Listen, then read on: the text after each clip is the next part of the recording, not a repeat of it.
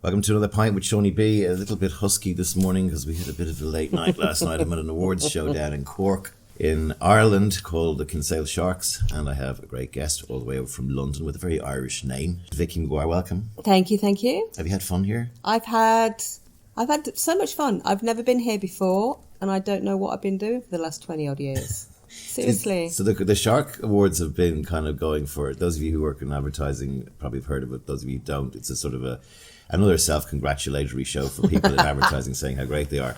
And Vicki was one of the speakers. Yeah. What was your speech about? My speech titled, "We're all fucked, but creativity will save the day." Will it? Yeah. It's all we've got. Isn't creativity going to be done by robots? No, because they can't do batshit crazy work like Viva the Vulva. A robot will not look at a cupcake and see a vag. Viva the Vulva is there'll be a link to this in the blurb of the podcast, which is best described as, is it for a Sam product? Yes, yeah. It's feminine hygiene. And if you've ever worked in that area, there are so many rules and regulations that you cannot do. And it's so archaic, the fact that women bleed blue liquid and the fact that you can't even mention anatomical, biological body parts. Why was it called vulva, not vagina? Probably because Viva the Vagina isn't as poetic. Vagina is a really horrible word, isn't it? Do you know what? We just don't use it enough. I had this idea that we should change the A at the end to an E. Vagine. No, vagine. Vagine. Isn't that nice? Oh my God, no! It sounds like a perfume from Dior. Vagine. Yeah. By John Dior. Collins Snatch. Seriously, yeah, no, exactly. Gash. Gash by Gucci. But no one is doing any crazy work. You know, everyone's scared of doing crazy work. I have seen. Yeah, there is some here at award shows, I know, but like in general, like there's no news at 10. So Vicki and myself are a similar age group. We were born in the 60s, and we were talking before we pressed play about, and this is part of her speech about how fucked everything was in the 80s. And you're right. Give them a rundown of what it was like for you growing up. Where were you born? It was really. I'm from Leicester. I'm working class. I have no O levels. I have no money. My parents aren't double-barrelled. My dad's a brickie, and my mum has a stall selling crap on Leicester Market, right? Big family? Of course. I've got a twin. Have you? Yeah, identical? Yeah, you'd know her. You'd go, look at that blonde girl with that arse the size of Vicky's. Because that's the only thing we inherited. I inherited my father's bricklayer's arse. And the gift of the gab. And that was all I had. I'm not academic. Did you have a nice childhood? I had a lovely childhood because, again, everybody around you hadn't got anything. So without me sounding like, in and out of each other's houses. Exactly. Houses, you were lucky. I lived in a paper bag. Without sounding like that, I had a really good childhood. I was very conscious of things like money. No, my parents didn't hide the fact that we hadn't got a lot. If you wanted something and they couldn't afford it, they said no, and no meant no. I never wanted a pony. What the fuck would I do with a pony in the middle of Leicester? But I had swagger. And if you haven't got anything, you've got nothing to lose. And the fact that they had no expectations from me, academically, the school didn't expect anything either. That's actually really quite, it may sound like really kind of like Ken Loach and oh my good God, but actually that was really embracing because it didn't matter what you did, you could fail. And I failed at a lot of stuff, which is brilliant because nobody expected you to do anything else. So swagger is probably the reason you're in advertising, is it? I think so. Yeah. I think so. I think the one thing I learned working at Leicester Market with my mum and my dad is a natural he's Irish, he's a natural storyteller, is that I can talk something up from £2.50 up to a £5, right? Just by blag. Yeah. I've sold glass medical urinals as 60s Scandinavian statement vases. Yeah. So was it kind of a curio shop, like a kind of antiques, it was antiques and general shite stall. Yeah. And was that his main job? That was it. He did a bit of everything. It's bricklaying that. He was a bricklayer. He did a bit of demolition, intentionally and unintentionally, because he was a bit of a shit bricklayer. And then anything that they found went on the stall. And if they were short of money, they'd sell something out of the house. So I'd go back, I'd go home and I'd go, where's that picture? And my mum would be like, oh, gas bill. And and that Porn actually in the is pawn shop. that is a really good. It gave me a really, really, really good grounding. It's nice add in that. Yeah, seriously, I know. Fuck, I might use that. Yeah. I was in the room. Here we then go. what about college? Did you go to school, or were you... I went to school. I wasn't very good at it, as I say. I wasn't blessed with academia, but it was the 80s, and I remember really wanting to go to art college because I used to sell a lot of second-hand clothes to the kids that were at the Polytechnic in Leicester. And they had a really good time, and they were always coming in. They were really cool, and the boys were handsome, and they were always hungover. And I remember thinking, I want a bit of that. It sounds so throwaway, but the energy and the kind of and the fuck you feeling that was around late 70s and early 80s really did rub off. I could not draw, and I could hardly write. But I came across this artist called Jamie Reed, who used to do all of the artwork for the Sex Pistols, who basically photocopied everything. He cut out stuff. That's it, collage and photocopy. And I thought that was that and bribery amazing. Notes. Seriously, yeah, exactly. And I was like, God, I can do that. So I remember definitely wanting to get into art college. All the people that were kind of were naturally gifted were drawing schools and breadfruit. Do you remember all those kind of in your old folder? And I was photocopying stuff. Yeah. And again, a couple of people saw something in that and just went, well, let's just see what happens. Education was free at that time, so my parents didn't have to pay for me. And Unlike now where it's free if you have a grand or something. something. Oh my God, yeah, seriously, a couple of grand a month. Yeah. And it's, so I ended up at Newcastle studying fashion. A lot of people have been in Newcastle on my podcast. Oh, honestly. Craig Smith and a few of those, yeah. But you were what's his name? Brian Ferry used to teach art there. How cool. And you're like, God, this is incredible. Paul Smith would come up and teach us fashion. Yeah. And you're like, this is amazing. And as I say, you went up there, you felt the miners' strike, so you got out and you helped them. There was never any good old days. No, it's always been shit. Yeah. It's always been, but it's always there's a quote from somebody whose name I can't remember, which is, you are you plus your circumstance. And you look at where you are, you look at your place individually and your place in the world, and you decide whether or not you're happy with that. Yeah. And you feel, you can either, the energy around the time is very similar to the energy I'm feeling now. Not that I'm doing in the good old days, everything was better. But there is a turbulence, and you can either feel like you are staring into the abyss, or you can feel like you're looking at the dark before the dawn. Right, and you can do something. I hope it's the latter. This is it, but it's up to us. I mean, I think next British general election and next US election will define the future of the planet. Oh, I mean, that sounds very, scary, and it is. Like if you say the darkest hour is the hour before dawn, I get you. I think that there's some great positivity in terms of the younger people coming along today, and I don't just mean Thunberg, but the fact that they're able to get up. Yeah. They have vehicles and devices that can get themselves heard, and they're a bit more caring and they're less bullying. But look at the age that we are at. We are putting our future, our 30 summers or whatever we've got left, we're putting in the hands of a 16-year-old girl and a 90-year-old man with Attenborough.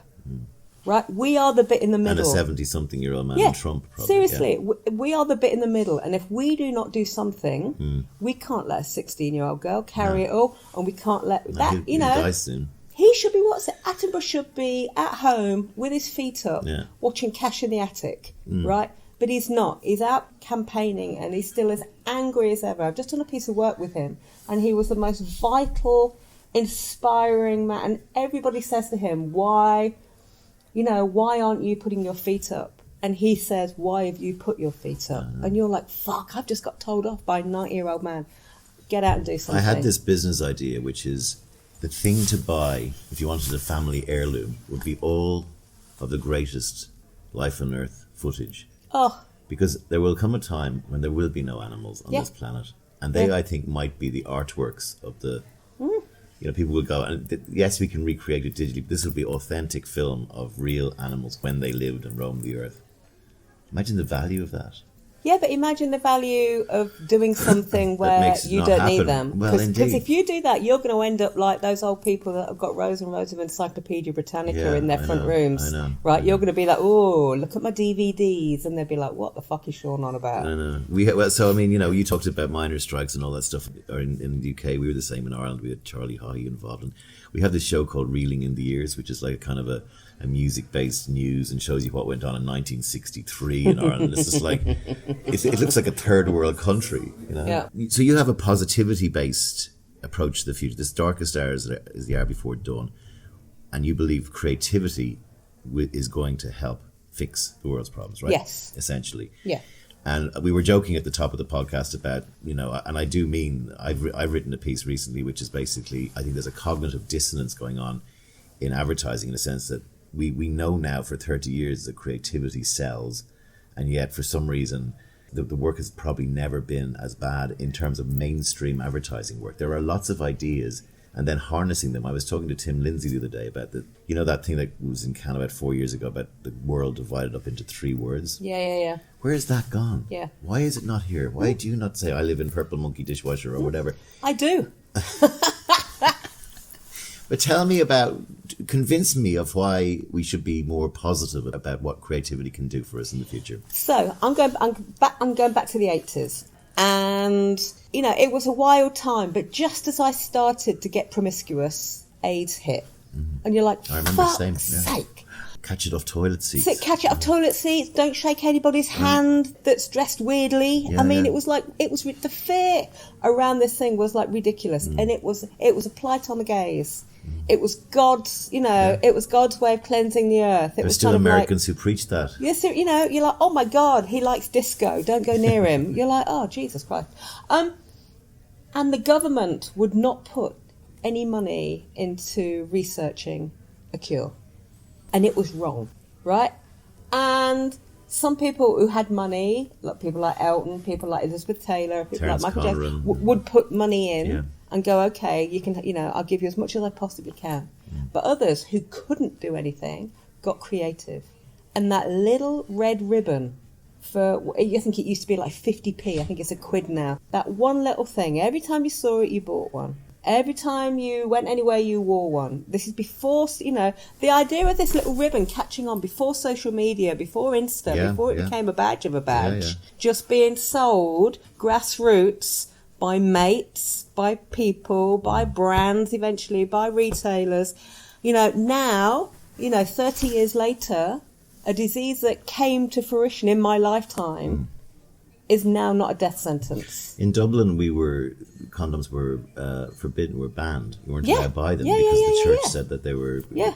And Branson, in fairness to him, came over and in the Virgin Megastore, he put a mate's condoms thing the size of this room and said everyone needs to be able to get access to condoms. But you feel like that should have been 50 years or 60 years ago, and it was 25 years ago, and it's still going on, as I said, today. But I've just had exactly the same conversation. A lot of it, advertising is complicit in that. I've just awarded, every time I see the work for Libresse, Viva the Vulva, the badge ad, I will award it the highest award I can give it. Right. Because advertising is complicit in keeping that woman's story down.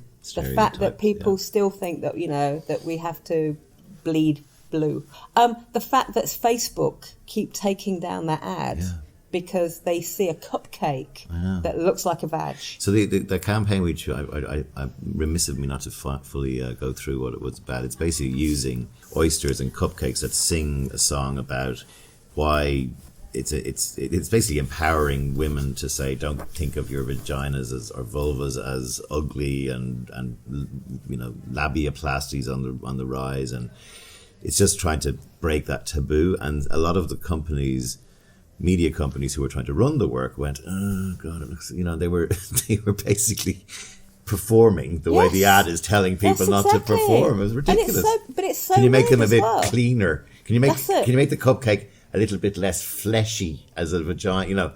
I love the fact that we're in Kinsale and I've showed that ad about 10 times, and like a large proportion of it shows oysters. Yeah. And I'm thinking, I really hope tonight when they're slipping down your neck that you remember that ad. Yeah. But one of the most important things of that ad is that it's normalising a bit of a female's body that we very rarely see. I will tell you now, hands up, I would not be able to pick mine out in a lineup. Yeah. Right? Unless there was a big flag on it that said Maguire. Yeah. I couldn't. Sector 7G. Yeah, seriously. Yeah. I wouldn't know it if it ran me over, they talked about you know what I mean? They talk about the picture that humanity sent into space is a picture of a man and a woman, but you can't see the woman's bits. You can see the man's dangly thing, right? That's it. She's kind of coyly, honestly, like the Venus de Milo. Yeah, and they'll get, and if anybody is out there and they, they land and they pick up a Barbie doll, there's nothing nicer than a nice vulva, really, isn't it? That's honestly, it wouldn't. Doesn't matter. There's different sizes and stuff. It's great. It wouldn't be the picture that I'd want on my passport. Yeah. However. We've all got them, and they've just been ignored, and that is ridiculous. So that work is clickable on the blurb of the podcast. Go on and have a look at it and share it to people, because it's another one of those things where, slowly but surely we're looking at things mainly to do with women that are going, can you just fix this, please? So anyway, that's another step in the right direction. Are you a feminist? I mean, everyone's a feminist, but I mean, are you an activist feminist? Or I am active around the inequalities of economics. Right, equal pay. Right. Oh my God, gender pay gap. Mm-hmm. I keep banging on to anybody that listens at WPP, which is I can fix your gender pay back. Just pay me as much as you humanly can. Yeah. That's my first world politics. God, what the stuff that goes on is just like, oh. But I will try to do my bit, and I will make sure. I don't believe in imposter syndrome for women. If you are invited into a meeting, do not sit at the back. Do not pour anybody coffee. Take your place, make your points. Speak up, speak out, and talk Jan over Gooding people. Was on the podcast. She's the chair. It's incredible. She had a great thing about this where she was with the Viva, and she was put in to try and solve these issues. Her first thing, of course, is don't take it, gender, race, whatever. Take it as inclusion and take it as everybody is her first thing, which I think is right. Yeah. Because the other thing's a tick box exercise. I mean, I was in a company once where they said that we have to hire a creative director. We need a woman creative director, and I'm like going, have you any idea how pissed off your next creative director, because she is going to be a woman, is going to be if she had ever knew the reason she was being it was because she was a woman? It's just missing the entire point of the exercise. I have had calls saying, Vicky, do you want to come over to our creative department? We need a better skirt. And I'm like, number one, you don't know me, because I've got a mouth like a fucking navvy. Yeah. And if they're expecting some little princess in like high heels, like some Dolly on the dust cart figurehead to lead your diversity charge, fuck off. But the thing that Jan said she did in Viva was and this was very funny as well because the reaction it got, the first thing she said was, we're going to give all men 16 weeks paternity leave. And the board went, what are you fucking doing? You're actually meant to be helping the women here. And the first thing you've done is do something that's going to help all white males. Yeah. And she goes, I know, because I want every man to have to go through the same conversation in their head. Should I take paid leave? Will my job be here for me back? Does this wreck my career? Yes. And and something like the uptake was 60%. And it got men into the equation. And it looked... this is an equal thing we're talking about. It's not about tick boxing. How many blacks have we got in the agency? We need to hire a few more Hispanic people. It's just, and of course the upshot is, diversity is an outcome of inclusion. That is exactly honestly. But I won't sit on a panel now that was all women talking about that. But it's kind of like Creative Equals is a really good organisation because it's equals. It's 50-50. Back to your life thing. What happened in college then? College, I was dreadful. I got found out pretty quickly, and quite rightly. So I kind of very, very, very quickly learn the basics, but without losing the thing that got me there in the first place. So I was funding my way through college by printing counterfeit shirts for with Chanel, Newcastle logos. Yeah, do you know what I mean? All that kind of shit. I was like, and just I used to sew sequins on ball gowns for some of the criminal families, ladies who like to ball dance. I mean, who like to do ballroom dancing. So I was always on gritty, the look. You're gritty. I was always on the look for something else to do to fuel this desire to be a fashion designer, and I don't know why. something in me must have said that I was inadequate because I wanted to get into a really high-end fashion designer. But why would I want to design clothes that I would never be able to afford? But, why would I want to read Vogue that doesn't recognise women like me? Yeah. Why would I want to go and work for a company like Condé Nast, where I'm not double-barrelled and I don't wear a headband and I haven't got a place in the country, or a dog called Tallulah? But I had it in my head that is what I wanted to do. And that was, that's exactly. Shit. Sorry, JWT. Sorry. But that's, and obviously something in me felt that I was missing something or I was inadequate and I needed to go and do that thing. But then I met people like Paul Smith. I met people like Vivienne Westwood. And I was just, fuck that shit. Actually, I can do something without having to feel inadequate or without having to put on a front or put on a label that made me feel better. Fashion is incredible. When it works, it can make you feel like $1 million or it can make you feel like shit. So you got a job working with Vivienne. I got a job working with Vivienne Westwood, who was incredible. She was batshit fucking crazy, but had managed to corral her crazy into £1 million business. But unfortunately, I was shit. How long so did you basically, last with her? I lasted 6 months. Okay. What happens is you go in as a junior designer, you start to draw. She realises that you're not very good, and then goes, "Oh, maybe you'd be better in the pattern room." So you go and you try to cut patterns, and you realise you're not very good. And then she's like, "Oh, maybe you're better at pinning." So in the end, I ended up pinning, which is kind of like a pretty low job, but you're still working for Westwood. So what the fuck? And I was pinning this fabulous dress. It was a beaded satin bodice for some high-end wedding, and there was a bit of cotton, a bit of stray cotton. And I used to wear bright fuck-off red lipstick. And I couldn't be arsed, and this is part of me, but I'm quite lazy as well. I couldn't be arsed to get a pair of scissors to go and cut this piece of cotton off. So I went in and I bit it. And my cheap lipstick bled all over this dress. And instead of fessing up, I was like, oh, fuck, it'll be fine. I'll steam it out. So I got an iron and just went, tss, and of course this wax just spread across this thing. And just as Viv walked in, and it was just like, Vicky? Oh, yes, Vivian. My God, this is going to look great. I know, that's where the lipstick dress was invented. Seriously, that in an alternate universe, but I was basically asked to get my coat. Oh no! So, and then I went to Paul Smith, and he basically turned my life around by telling me, Vicky, stop trying to draw, write your ideas down instead. Okay, I'm the same. I can't draw for so I got a sketchbook, and I just started to write. Now I'm as I say, I'm not academic. I am. Literally, breath when take a breath when you need a comma and put a full stop when you need a fag. You know what I mean? Yeah. But I just wrote what I heard and wrote what I felt and wrote just kind of like just shit, really. You're like early 20s now. I'm mid 20s now. Is it starting to get a little bit upsetting for you that your dreams are starting to your dreams of fashion design? My dreams, that was hard. But I had found people that I thought, wow, actually. These are really, really good. These are brilliant designers. I'm never going to be like that. So I started to look around how I could be a hanger-on, which is doing things like Groupie. PR a disservice. But, so I started working with magazines and I was trying to get into styling and I was trying to get into PR and anything I could do to help the people that I really, really admired. Yeah.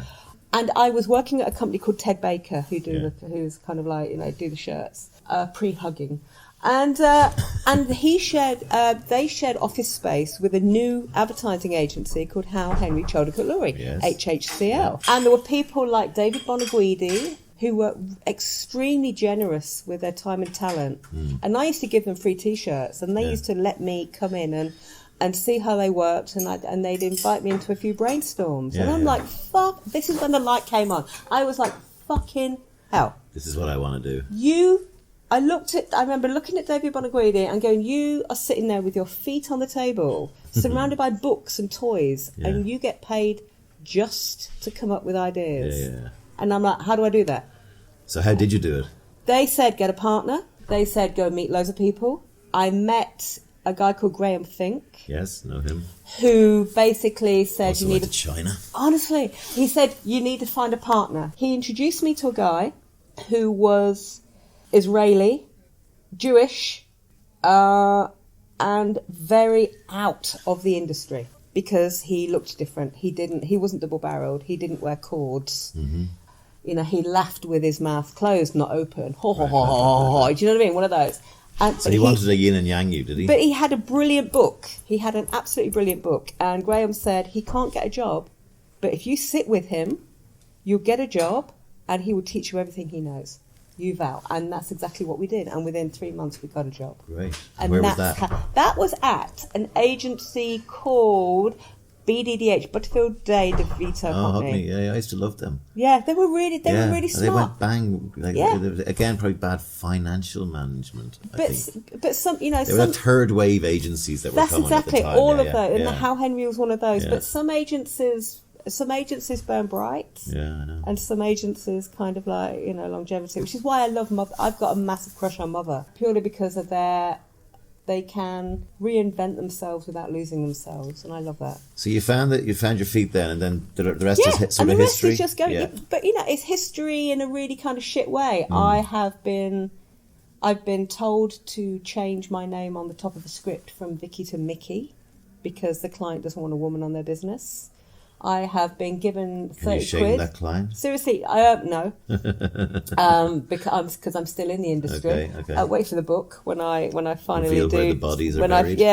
When I do decide to torch the rest of my future. I've been given 30 quid to go and buy a dress and some heels because I wasn't dressed appropriately as a female creative to go and meet a client, even though I was head to foot in robbed Westwood. So I'm not. It has not been easy. It's been angry, right? Oh my God! I'm an angry person. Mm-hmm. Is it better now than it was, though? It is, right? I think it's better. I mean, the slap and tickle is all gone and all that kind of bullshit. I mean, it's pretty much gone. You'd hope. I mean, it might be still in J. Walter Thompson, but I mean, sorry, just picking on you today, J. Do you know what? No. It's it hasn't gone. It's still there, but it's being called out on a daily basis, and big names have fallen, and big names will continue to fall, and quite rightly so. Yeah. Go back to the rest of your speech then, and what was that? What was the finale of the thing we've had running through the show about how creativity is going to help? I've shown the red ribbon.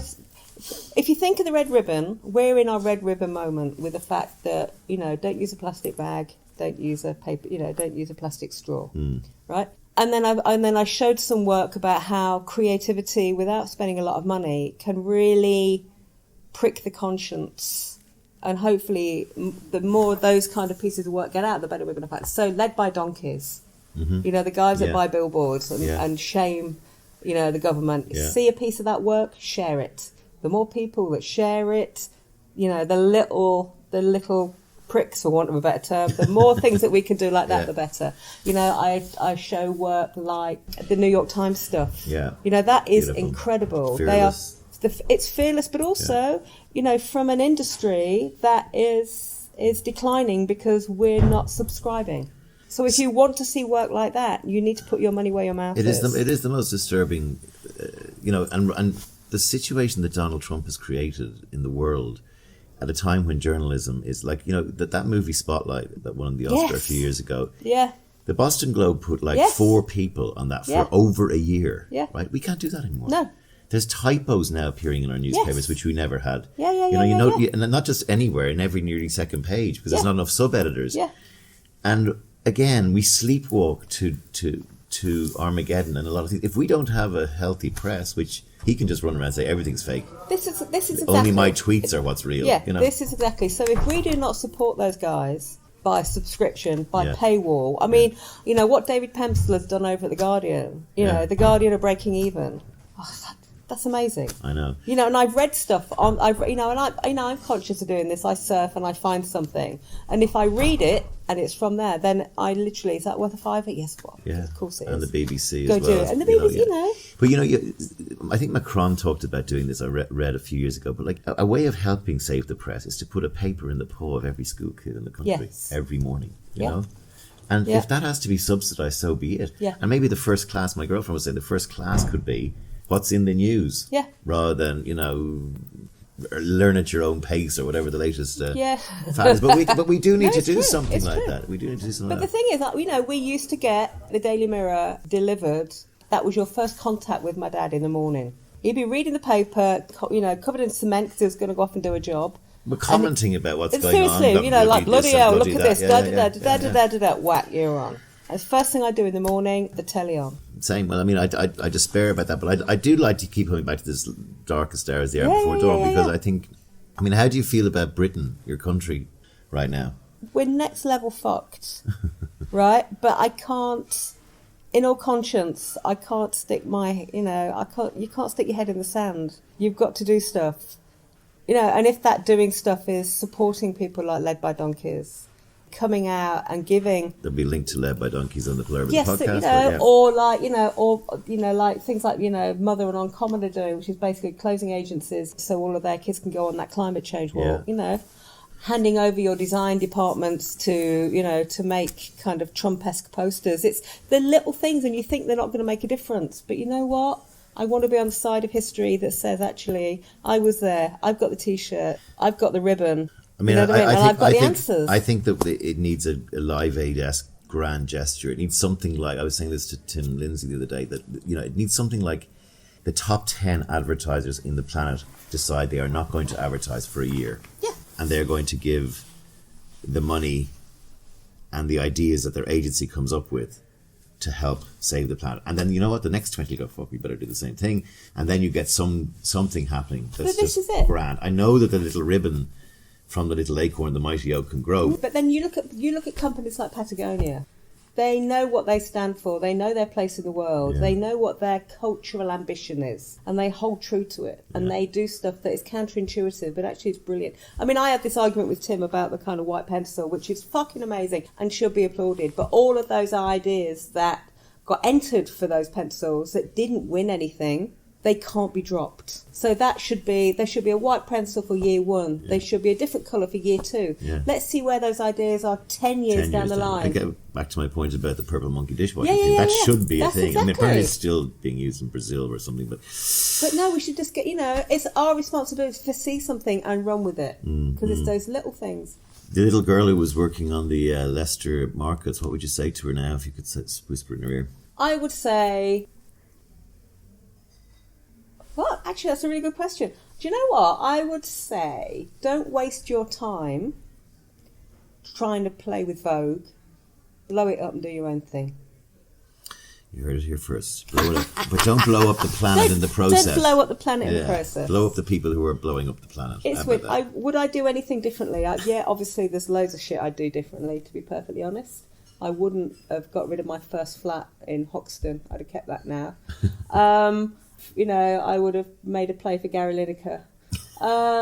Really? Just loads of shit. No, He's actually, no, wimpy, I wouldn't. No, he was in my geography class. And Leicester, of course, yeah. Yeah, Leicester, accident of birth, but I'm loving where they're going at the moment. Yeah. Fuck, I don't know. I probably wouldn't have got my ears pierced a fourth time. There's loads of shit I wouldn't have done. But you know what? Yeah. But it's it's stories, isn't it? And at the end of the day, it's creative and creativity. Which saved the world. Keep pushing. Thanks for being on the show. I loved it.